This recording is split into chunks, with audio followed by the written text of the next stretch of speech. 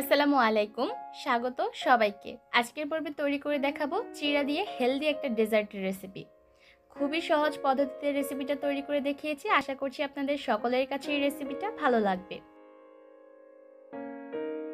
ডেজার্টটা তৈরি করার প্রধান যে উপকরণ সেটা হচ্ছে চিড়া। আমি এখানে 1 কাপ চিড়াকে পানি দিয়ে ভালোভাবে ধুয়ে নিচ্ছি।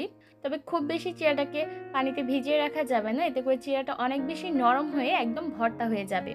তাই চিড়াটাকে পানিতে দেওয়ার সাথে সাথেই ভালোভাবে কচলে ধুয়ে এটার পানিটাকে ঝরিয়ে নিতে হবে। চিড়াগুলোর থেকে পানিটাকে খুব ভালোভাবে ঝরিয়ে আমি এটাকে একটা বাটিতে নিয়ে নিলাম। আর এরই মধ্যে কিন্তু চিড়ার থেকে পানিটা ঝরে চিড়াগুলো অনেকটা ঝরঝরে হয়ে গেছে।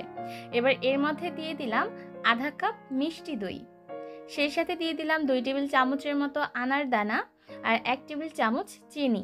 একটা মিডিয়াম সাইজের কলাকে আমি এভাবে করে গোল স্লাইস করে কেটে নিয়েছি। আর এই ডেজার্টটা তৈরি করার ক্ষেত্রে কিন্তু আপনারা যে কোনো টাইপের ফ্রুটস ব্যবহার করতে পারেন। চাইলে আপেল, আঙুর ইত্যাদি ফ্রুটসও আপনারা কিন্তু ব্যবহার করতে পারেন। আমি যে উপকরণগুলো ব্যবহার করেছি আপনারা চাইলে নিজেদের পছন্দ অনুযায়ী কম বেশি করে এই উপকরণগুলো দিয়ে ডেজার্টটা তৈরি করে নিতে পারেন। এবার এর মধ্যে আমি 1 টেবিল চামচ লিকুইড দুধ দিয়ে দিলাম। আপনারা যদি ডেজার্টটা একটু আঠালো টাইপ খেতে চান সেক্ষেত্রে কিন্তু দুধটা দেওয়ার প্রয়োজন নেই। আর যদি একটু নরম খেতে চান সেক্ষেত্রে কিন্তু আরও 2 টেবিল চামচ দুধ এর মধ্যে যোগ করতে পারেন। এবার ভালোভাবে নেড়েচেড়ে মিশিয়ে নিলেই কিন্তু ডেজার্টটা খাওয়ার জন্য একদম রেডি।